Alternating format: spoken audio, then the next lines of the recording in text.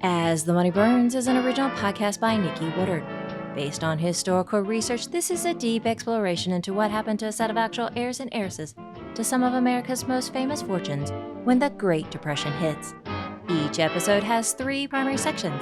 Section 1 is a narrative story. Section 2 goes deeper into the historical facts. Section 3 focuses on contemporary, emotional, and personal connections. Story recap. While May Wright plays hostess at the Waldorf, Barbara Hutton travels the South Seas and finally gets engaged to Prince Alexis Divani. Now back to As the Money Burns. Society Circus.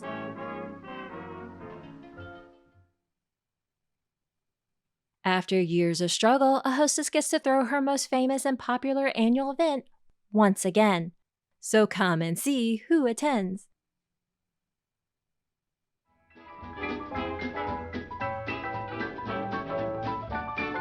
Section 1. Story.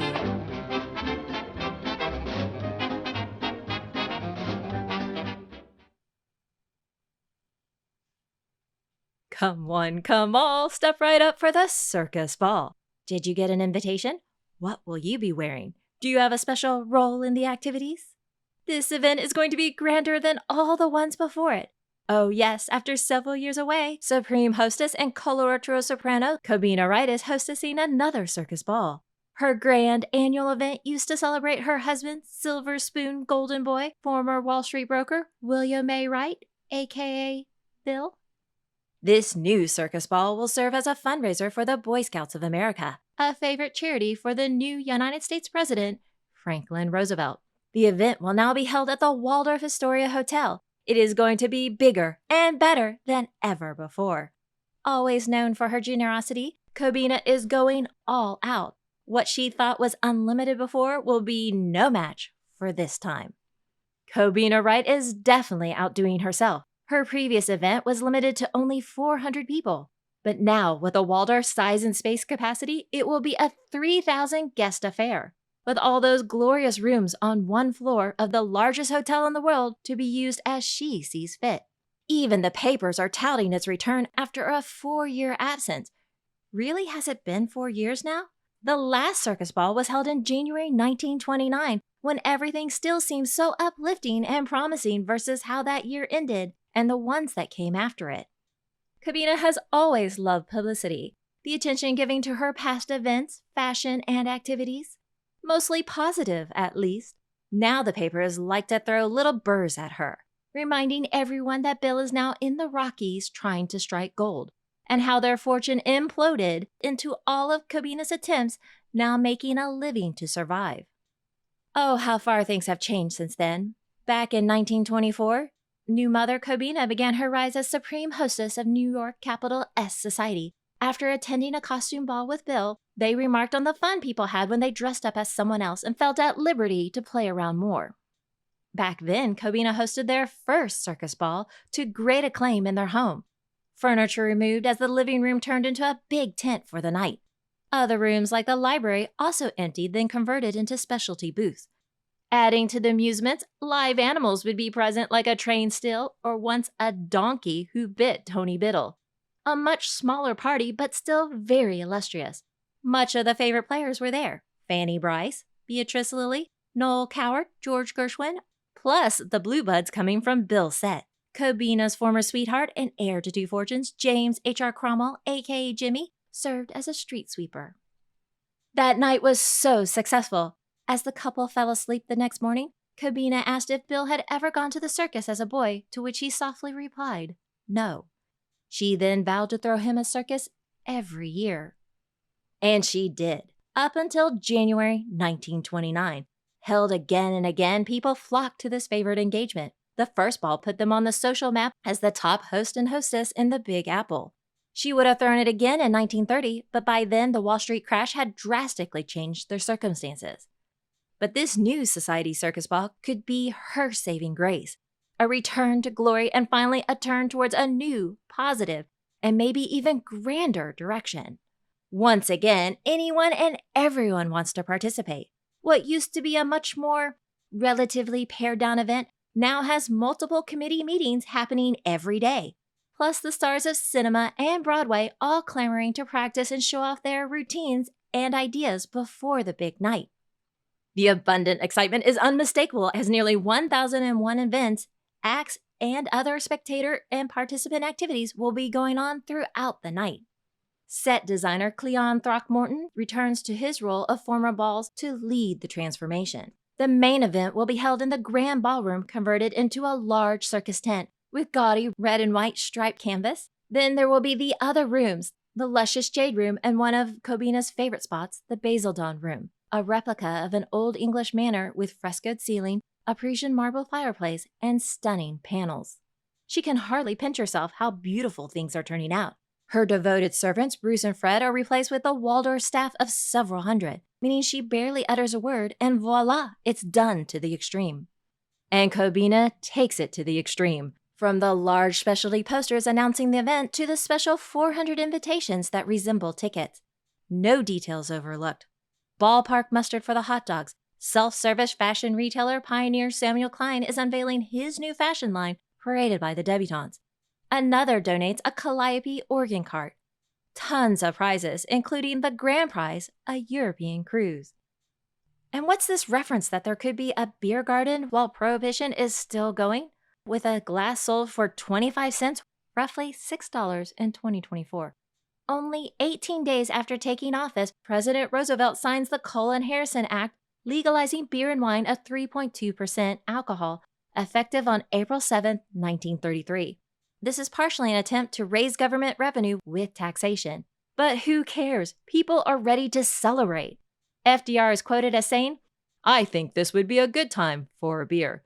The Waldorf and the Society Circus Ball agrees, as high society barmaids will serve the foaming suds with pretzels in one of the first events to celebrate the new freedom. Other elites have reserved their spots and participation. The ballroom boxes alone are sold out, and to the likes of Virginia Bertie Graham Fair Vanderbilt, Mrs. James Roosevelt, Mrs. E. Marshall Field, among others. A day later, Saturday, April 8, 1933, Ringling Brothers and Barnum and Bailey Circus starts the celebration of their Golden Jubilee tour at Madison Square Garden. Long giraffe-necked ladies wearing 21 to 25 brass ring bands, known as Red Karen women, from the Karen Hills of Burma, arrive aboard the Bremen Ocean Liner to debut as the new featured exhibit, having only before been seen in photographs of magazines like National Geographic. This event provides a perfect research trip for Cobina, but everyone knows she is going to do something far more fabulous. For those staying in New York during the little season, the time in spring that lulls between those who left to winter in Palm Beach and before the summer activities come about. Among the 400 and others, they gladly pull out their trunks, sewing kits, and wallets to fashion all sorts of costumes. Elsewhere, other gossip is noted, but not nearly as dominating. At the Colony Club in Manhattan, Viscountess Thelma Morgan Furness receives a phone call from a mysterious London gentleman. Could it be British Prince of Wales, Prince David? While starlet Lili Damita is joined by the handsome polo player Raymond Guest. Wearing dark glasses due to pesky eye trouble, Russian Prince Serge Obolensky lunches while watching young English artist Cecil Beaton finishes a sketch of some society ladies before heading back to London. Tidbits, but nowhere near the feverish excitement of Cobina's upcoming event catching like wildfire across the country and press. Tuesday, April 25th, 1933, Waldorf Astoria Hotel, New York. Early that day, a message from Eleanor Roosevelt arrives to the organizers stating, "I wish I could be with you today, for I know of no organization which does more valuable work than the Boy Scouts, and I wish you every success in your drive, and am glad that the women are doing such good work." Sure enough, this will be a guaranteed hit and a nearly painless event.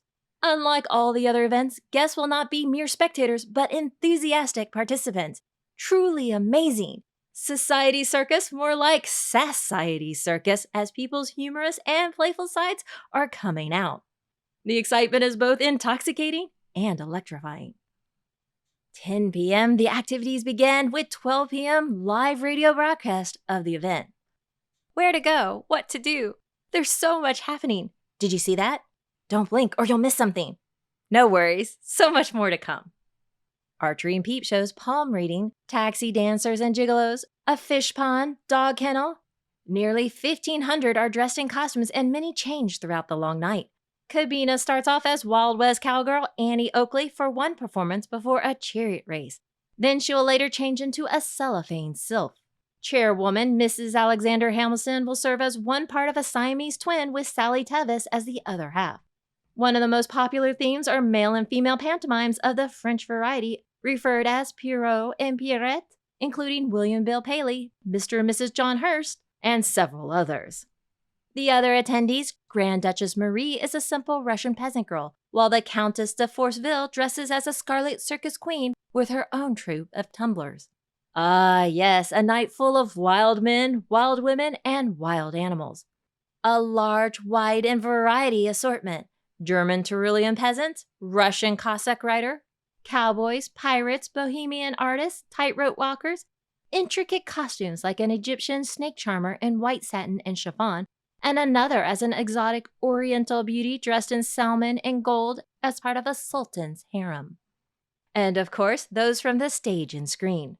Edwin and his trained seal, Eva La Galliene and her trained stallion, Jimmy Durante and Hope Williams as the king and queen of the high wire, Noel Coward as an aerialist, Fred Astaire as a barker, Clifton Webb as a sailor, Fanny Ward as another oriental snake charmer in white net with silver trimmings, Beatrice Lillie as a tumbler, Fanny Brice as a tiger. This is after she had trouble finding someone to be on the receiving end of her sword-throwing act, previously begging for volunteers saying, "Honest, I won't hit ya." Cleon Throckmorton, George Gershwin, Noel Coward, New Yorker cartoonist Peter Arno, and Cecil Beaton join others as a group of Paris Apaches, members of a street gang and hooligans in the early 1900s Paris. Fresh and unperturbed by recent Reno troubles, could that mean another divorce? Crooner Rudy Vallee attends with on his arm the lovely Erna Gilsow in a sparkling beaded white gown. While newly sworn-in President Franklin Roosevelt and Eleanor Roosevelt are unable to attend, their daughter, Anna Eleanor Roosevelt Dall, attends the event wearing mufti. Serving as ringmaster, humorist Charles Winninger looks dignified in a gray top hat and black and white check-fitted coat. He is assisted by Lupe Velez. Last minute, Cecil Beaton cancels his return to London aboard the ocean liner The Olympic to man a sketching booth next to the most popular booth run by Rosamund Pinchot, who raises a quarter, roughly $6 in 2024, for every tintype photograph, a positive metal-type Polaroid. Rosamund dresses in an old-time shirt-waist, black patent belt, plaid green, and black wool skirt pinned up in the back with a safety pin. Guests merrily move about. Wait, is that 2 elephants coming up the elevator? Cobina doesn't miss a single detail. Well, there is one thing missing. The most important element of the whole event. The former ringmaster, Bill. This event is so large, maybe he will slip in. She has sent him the beautiful flyer for the affair. But alas, not even a whisper or unconfirmed sighting. As she pulls off her shoes back in her room after a wondrous night, tears come to her eyes. Life keeps moving forward and away from the one she once held so dear. The same evening, the butterfly ball is held at the Ritz-Carlton. A day later, another benefit aboard the Ile-de-France ocean liner. And 2 more days, on April 28th, the upcoming Metropolitan Opera Ball, hosted by soprano Lucrezia Borri, will have a 19th century Parisian carnival costume theme. But make no mistake, this season, the greatest show on earth is Cobina's Society Circus Ball.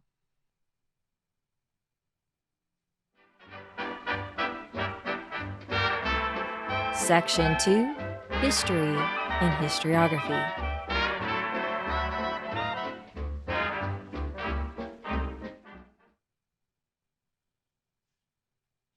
It's here. We are finally at the circus ball. Oh, how I have so waited to tell this tale. Now, I have lucked out since it is part of my Waldorf Astoria webinars with New York Adventure Club, so I have gotten to cover it a few times each year before this episode. But even there, I'm not able to go into this much detail since the webinar is about the overall history of the hotel. But this podcast is about people, with Cobina Wright being one of the main POV, point of view characters whom we follow. And with all the extra embellishments, it is even better than I originally imagined. Now, in many sources, they attribute the circus ball to Elsa Maxwell, which she also served as a part-time hostess at the Waldorf due to her association with Noel Coward, and did host a different set of circus-themed parties as part of the recurring April in Paris series in the 1950s.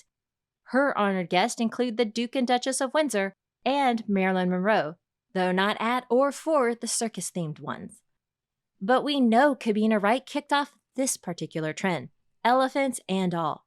Both ladies had the large animals in their festivities.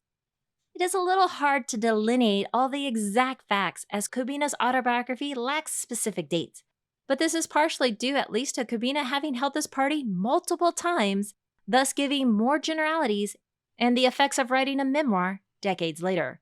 So understandably, details might get blended. Newspapers back up some specifics while contradicting others. Now, the fact that people could switch outfits throughout the night might explain some potential conflicts. And well, it's the details that can be both fun to track down and then, after a moment of trying to tie them all together again, gets the head scratching and wondering. So let's have a little fun, because we need to have some fun in our lives. We already have plenty of more serious and chaotic elements floating about in our various worlds right now. Is it just me, or did some of the costumes and events seem a little jarring for a circus theme? The large event is an admixture of several other similar themed traditions and events. Circuses have occurred throughout a large portion of history and evolved in concept.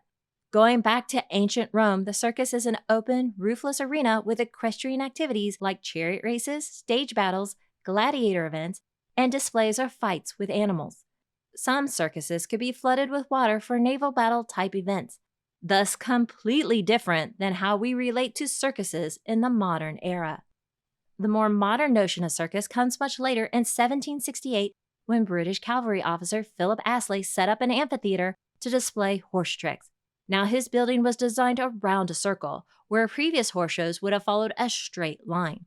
In 1770, Astley adds performances by acrobats, jugglers, clowns, and tightrope walkers as in-between acts. In 1782, Astley will expand his circus amphitheater to Paris and then on to 18 other permanent European cities. Later, circuses in England would be performed in large buildings and provide a combination of circus stunts, animal menagerie, and theater. Another Englishman, John Bill Ricketts, will bring the circus over to America in 1793 Philadelphia, also in a permanent building. George Washington is said to have attended a performance later that season. In 1825, Joshua Purdy Brown is the first to use a canvas tent for an outdoor circus. The 1830s saw the rise of sideshows along with circuses. In the 1870s, P.T. Barnum began his own tradition of the traveling museum, circus menagerie, and freak show. In 1881, he merges with another traveling circus run by James Anthony Bailey. The Ringling brothers would buy the circus in 1906 after Bailey's death. The Ringling brothers began their own circus in 1884 and would still run separately until combining the two in 1919. The joint Ringling Brothers and Barnum and Bailey Circus will celebrate its 50th anniversary Golden Jubilee in 1933, with a tour including Boston, Chicago, all across the United States, as well as the West Coast and Canada. By late 19th century and early 20th century, traveling circuses become a popular spectator entertainment.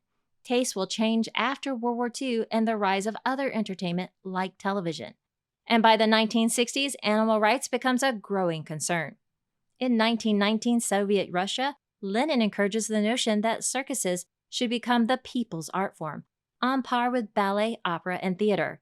In 1927, the Moscow Circus School will train performers for Soviet gymnastics. China will also adopt a circus-type style of performance with a heavy acrobatic program. A popular attraction at fairs and carnivals is the tintype, an early form of photography also called melanotype or ferrotype, where a positive image is created on a thin sheet of metal, not actually tin despite the name. It is first developed by Adolphe Alexander Martin in 1853 Paris, 14 years after the daguerreotype.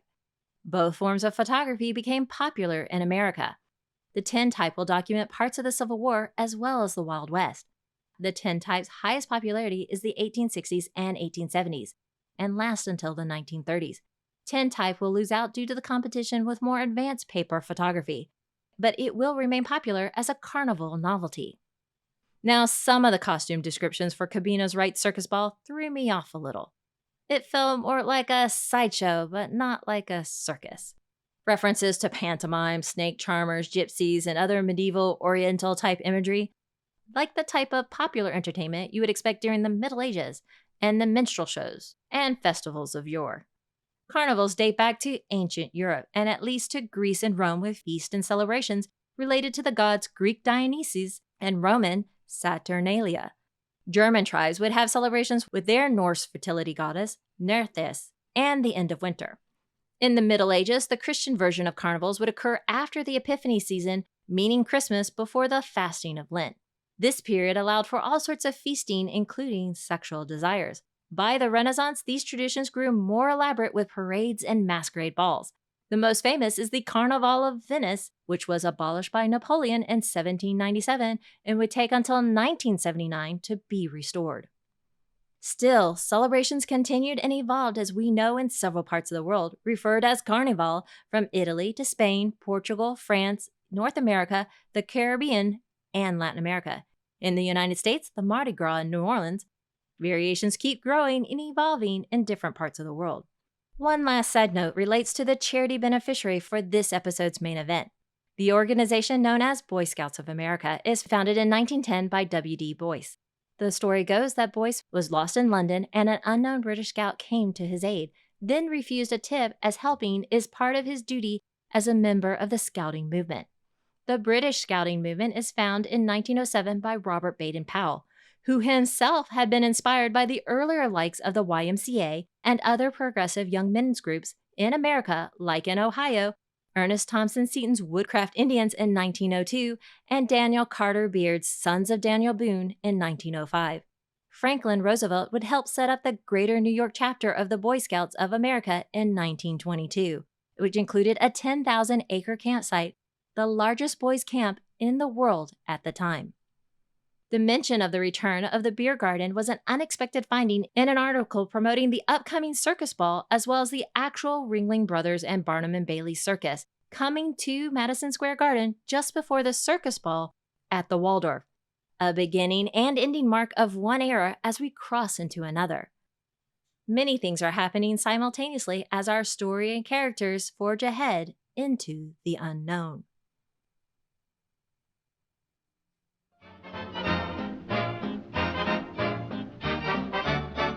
Section 3, Contemporary and Personal Relevance.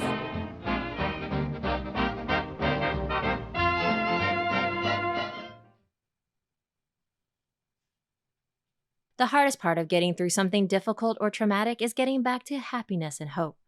It has been 4 years since Cobina Wright last threw her greatest annual party event, and ironically, we too have had 4 years since our lives turned topsy-turvy. Depending on which part of the country or world you have been in, would impact how long the lockdowns or other aspects still ripple through your life. And still, as much as things have gotten better relative to the summer of 2020, we are seeing another upswing in chaos and the brink, if not already over the cliff and back into societal instability. This reminds me of my days working for a company that did over 100 hours of History Channel documentaries. We had a broad range of topics, but the bread and butter deal was a lot of war, mostly Civil War, World War I, and World War II. I logged a lot of footage back then in the early days before promotion to research. I was most struck by the images of war and the contrast of people trying to be normal. Gas masks for kids that look like bunny suits in case of nuclear war. Women having tea while bombs went off in 1970s Lebanon.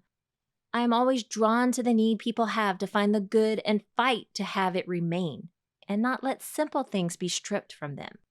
I might have overindulged in this episode, reveling in how momentarily happy people are despite the contrast of their outer lives. This is resilience. It's not the being knocked down, it's the getting up.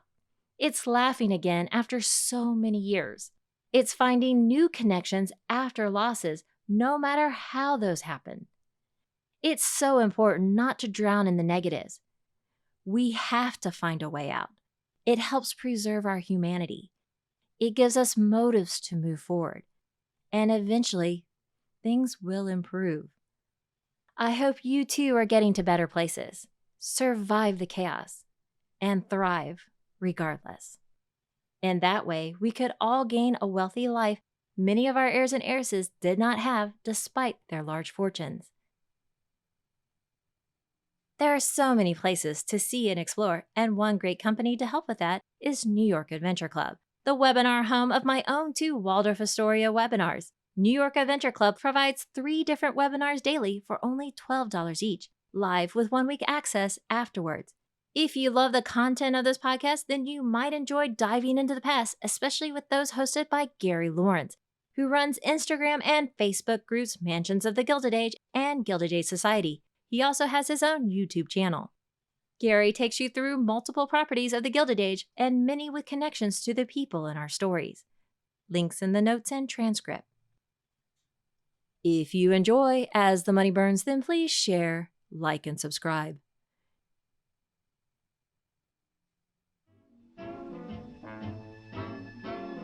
Next, when we return to As the Money Burns, an heiress has her hands full battling the taxman while flirting with a new aristocratic suitor. Until then, As the Money Burns is an original podcast written, produced, and voiced by Nikki Woodard based on historical research. Archival music has been provided by Past Perfect Vintage Music. Check out their website at www.pastperfect.com. Please come visit us at As the Money Burns via GoodPods X, formerly Twitter, Facebook, now Meta, or Instagram. Transcripts, timeline, episode guide, and character bios are available at asthemoneyburns.com.